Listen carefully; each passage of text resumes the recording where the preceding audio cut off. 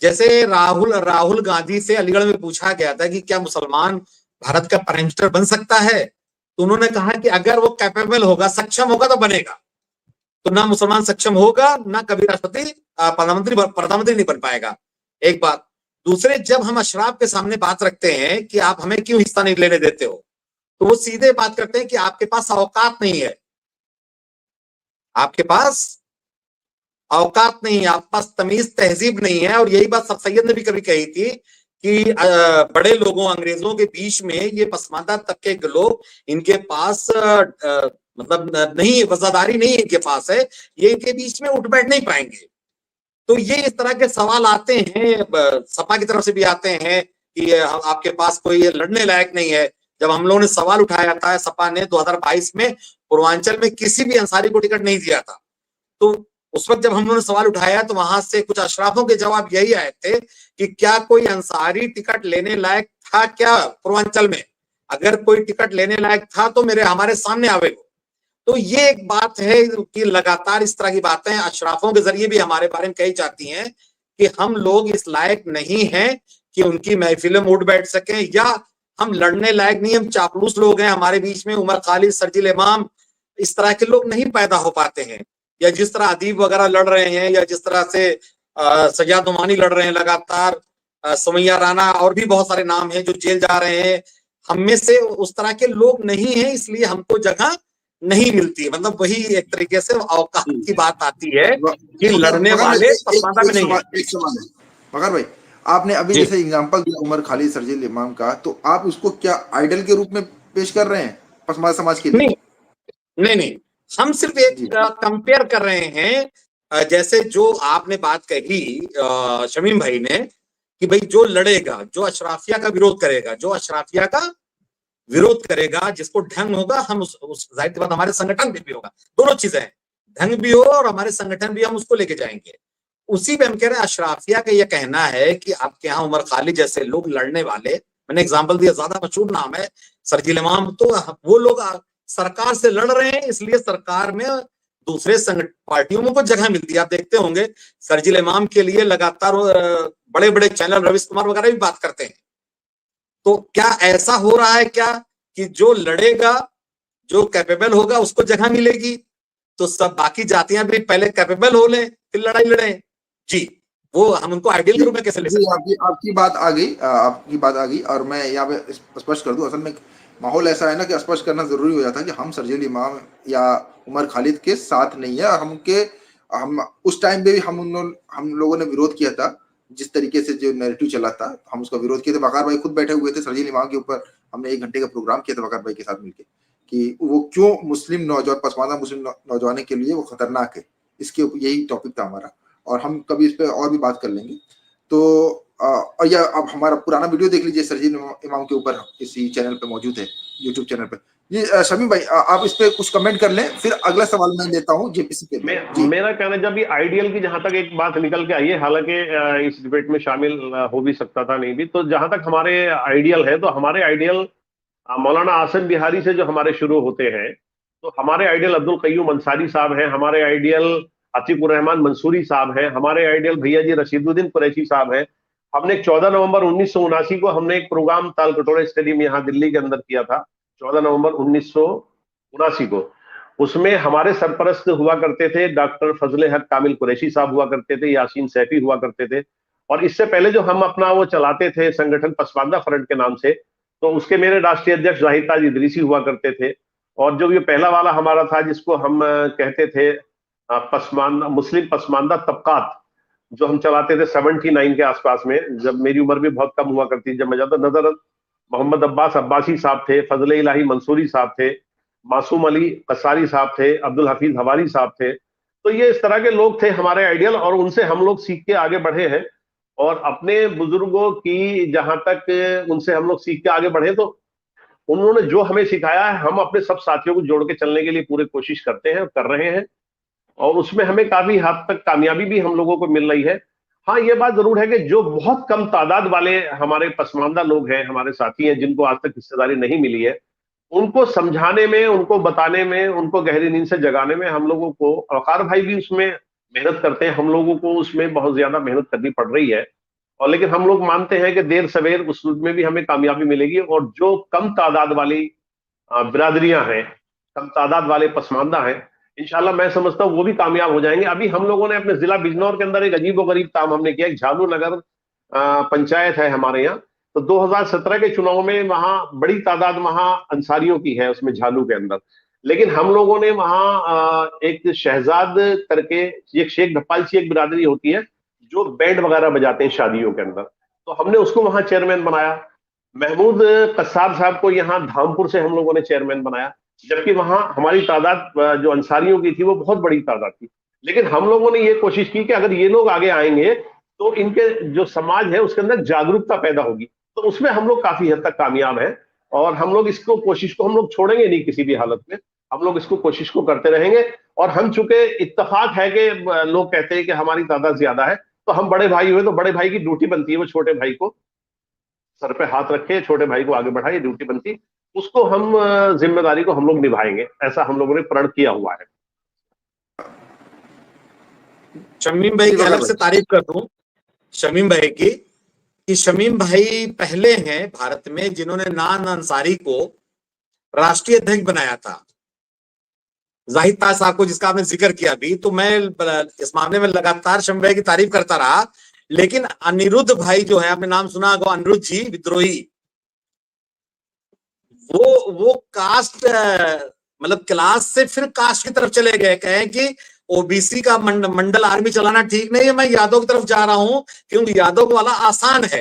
तो शमीम भाई कब क्लास से कास्ट की तरफ चले गए, थोड़ा मुझे बाकी लोगों से नहीं दिक्कत लगी, लेकिन मुझे शमीम भाई जिनका ये था कि जाहिद ताज को इन्होंने राष्ट्रीय अध्यक्ष बनाया था, तो फिर जो चर्चाएं आई कि हम अपनी जात से मोहब्बत करते हैं लेकिन दूसरी जात से नफरत नहीं करते, तो मैंने कहा देखिए अशराफ, मैं थोड़ा अशराफों के बीच में ज्यादा रहा हूं, तो अशराफों का कहना है कि हमने तो देवबंद का चीफ बना दिया, हमने नदवा का चीफ बना दिया, हमने अहले हदीस में मुख्तार नकवी को अमीर जमात हिंद बना दिया, हमने मुख्तार नकवी साहब को, सॉरी वो जमात इस्लामी में, इनको अहले हदीस का बनाया, यानी अहले हदीस में और जमात इस्लामी में अमीर जमात हिंद अंसारी रह चुके हैं। तो क्या अंसारी की कोई जमात किसी नान अंसारी को राष्ट्रीय अध्यक्ष मान लेगी क्या?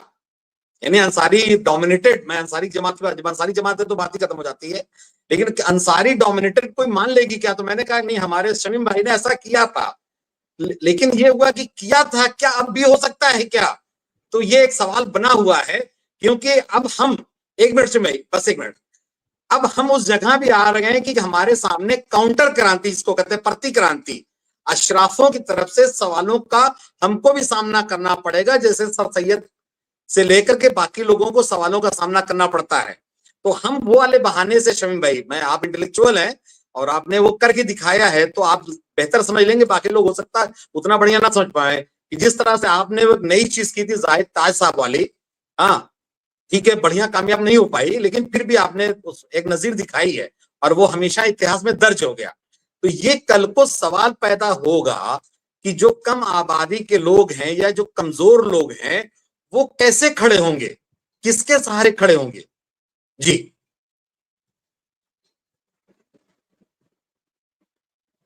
आवाज नहीं आ रही शमीम भाई, आप पहले बोल लें, थोड़ा शॉर्ट रखें आप अपनी बात। मैं अपने जिले में, अब आ रही है मेरी आवाज?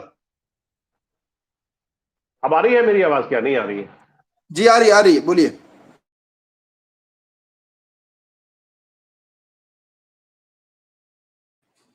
शमीम भाई आपने म्यूट कर लिया, आप अनम्यूट करिए उसको। अब आ रही है मेरी आवाज आपको? जी आ रही है। देखिए, मैं अपने जिले की, वकार भाई, आपको बात बता सकता हूं। ये तो बहुत बड़ी बात आपने राष्ट्रीय अध्यक्षों की बात कर दी। मेरा छोटा भाई है जाहिद ताज इदरीसी, और आज भी हम लोग बराबर संपर्क में रहते हैं, और मेरी पूरी कोशिश थी कि मैं उनको वहां लेके जाऊं, लेकिन वो उस दिन अवेलेबल नहीं थे, वरना तो ये बात कहने की जो गुंजाइश जिन लोगों को आई है उनको ये गुंजाइश भी नहीं आती, क्योंकि आपके पास नंबर होगा। और मैंने उनसे एक दिन पहले मैंने कहा था, मैंने कहा मुझे तुम्हारी जरूरत है, तुम वहां आ जाओ, अब वहां हमें चलना है। तो बिजी थे, बहरहाल वो हो सकता है कोई ऐसी बात है। देखिए, हम लोगों ने अपने जिला बिजनौर के अंदर हम लोगों ने ये करके दिखाया है।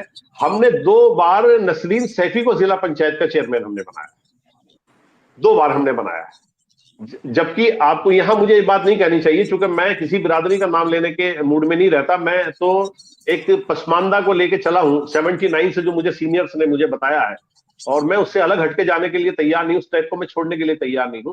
और 2 चेयरमैनों को मैंने जिक्र किया, मैं समझता हूं कि पूरे उत्तर प्रदेश के अंदर हो सकता है शेख धप्पालची कभी कोई चेयरमैन बने हो, ये मुझे नहीं पता, हवारी का मुझे नहीं पता। लेकिन हम लोगों ने यहाँ कस्सार साहब को, हमने यहाँ महमूद कस्सार साहब को, धामपुर हमारे यहाँ बहुत बड़ी एक नगर पालिका हुआ करती है, हमने वहां उनको चेयरमैन बनाया। भी किसी बात, हाँ पहले शमीम बोल एक बार वकार भाई बोल लें, उसके बाद आप बोल लें शमीम भाई। वकार भाई से मैंने सवाल किया जी। सुनिए, ऐसा नहीं है, अली अनवर के साथ उनसे ज्यादा मेहनत करने वाले उस्मान हलालपुर थे, नूर हसन आजाद पौरिया थे, और मैं आपको बता दूं यूपी में हाजी निसार की मेहनत का इनकार नहीं कर सकते हम, लेकिन यूपी में पश्चिम में शिमले वगैरह चला रहे थे, और बीच में पसमानदा तहरीक लगभग ठप हो गई थी उस वक्त।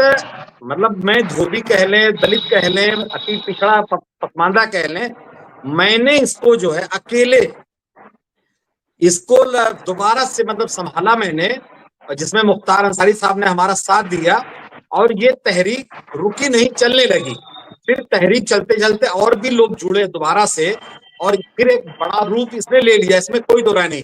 लेकिन हाँ, मैं ये कह सकता हूं कि अगर मैं उस वक्त बीच में बैठ गया होता तो पता नहीं क्या शक्ल अख्तियार होती पसमानदा तहरीक की। तो अगर ये कहा जाए कि अंसारियों की मेहनत है, तो इससे मैंने कभी इनकार नहीं किया, मैं तो हम अंसारियों का चापलूस कहा जाता हूं मैं, लेकिन उसमें नान अंसारियों की भी जो मेहनत है उसको भी इग्नोर नहीं किया जा सकता है। कम या ज्यादा वो लोग भी लगे हुए हैं। अनीस मंसूरी लखनऊ में अगर कोई पसमानदा को जानता है तो अनीस मंसूरी की वजह से जानता है, हम लोग बाद में जना पाए हैं, और अनीस मंसूरी को जोड़ने वाले हम ही थे, परवीन अयूब को जोड़ने वाले हम ही थे। तो उस वक्त और भी लोग काम कर रहे हैं, ऐसा नहीं है कि लोग काम नहीं कर रहे हैं। हाँ, लेकिन अनीस इस पे साहब, हमारे डॉक्टर आरिफ नदीम साहब का कहना, जो बीच में वो विरोध भी कर रहे थे 5 अंसारी का, उन्होंने हमसे दोनों चीजें दिखाई थी। अनीस मंसूरी का एक वो दिखाया था कि देखिए ये नाम है पसमानदा समाज, और इसमें सारे सारे मंसूरी भरे हुए हैं, ये है पसमानदा समाज, इसमें ऊपर से लेके टॉप में टॉप 10 टाइप का सारे सारे अंसारी हैं। तो ये जो हम बात कह रहे हैं, ये सेम बात सैयद शेख भी हमारे ऊपर लगाते हैं कि सारी मेहनत हम कर रहे हैं, सारा संघर्ष, सारा पैसा हम लगा रहे हैं, हम आपको जगह क्यों दे दें। जी, हमारे साथ में एक बहुत बड़ी टीम महाराष्ट्र की मेहतर समाज की जुड़ी हुई है, हमारे साथ बहुत बड़ी टीम जुड़ी हुई है हम लोगों के साथ में, वो लोग भी काम कर रहे हैं। मैं इस बात में वकार भाई की बात को आगे बढ़ाऊंगा। इसमें डॉक्टर एजाज अली साहब का नाम भूल गए हमारे वकार भाई। डॉक्टर एजाज अली साहब का बहुत बड़ा कुर्बानी है, और उससे अगर हम लोग आगे जाते हैं तो उसके अंदर जो ये हमारे भैया जी रशीदुद्दीन कुरैशी मेरठ वाले हैं, इनकी बहुत बड़ी कुर्बानियां हैं। अतीकुर रहमान मंसूरी साहब की बहुत बड़ी कुर्बानियां हैं। अतीकुर रहमान मंसूरी साहब की तस्वीर के लिए तो मैं उनके घर तक पहुंच गया, और उनके पोते शकील से मेरी बात हुई है। इनकी तस्वीर के लिए, भैया जी रशीदुद्दीन कुरैशी की तस्वीर के लिए मैं मेरठ इनके पोते के पास पहुंच गया। मैं उनके यहाँ रुक के आया पूरे दिन। मैंने कहा मुझे तस्वीर चाहिए इनके बारे में, मुझे बहुत कुछ चाहिए, जो भी आपके पास हो सकता है वो दीजिए, जिससे हम और जो लोग हैं, जो अंसारियों के अलावा और लोग हैं, हम उनको बता सके कि आपके बुजुर्गों की कुर्बानियां कम नहीं है, बहुत कुर्बानियां हैं। अब अगर आप, जैसे अभी आपने कहा कि हवारी मेरे अलावा, तो मैं आपसे पहले अब्दुल हफीज हवारी को जानता हूं।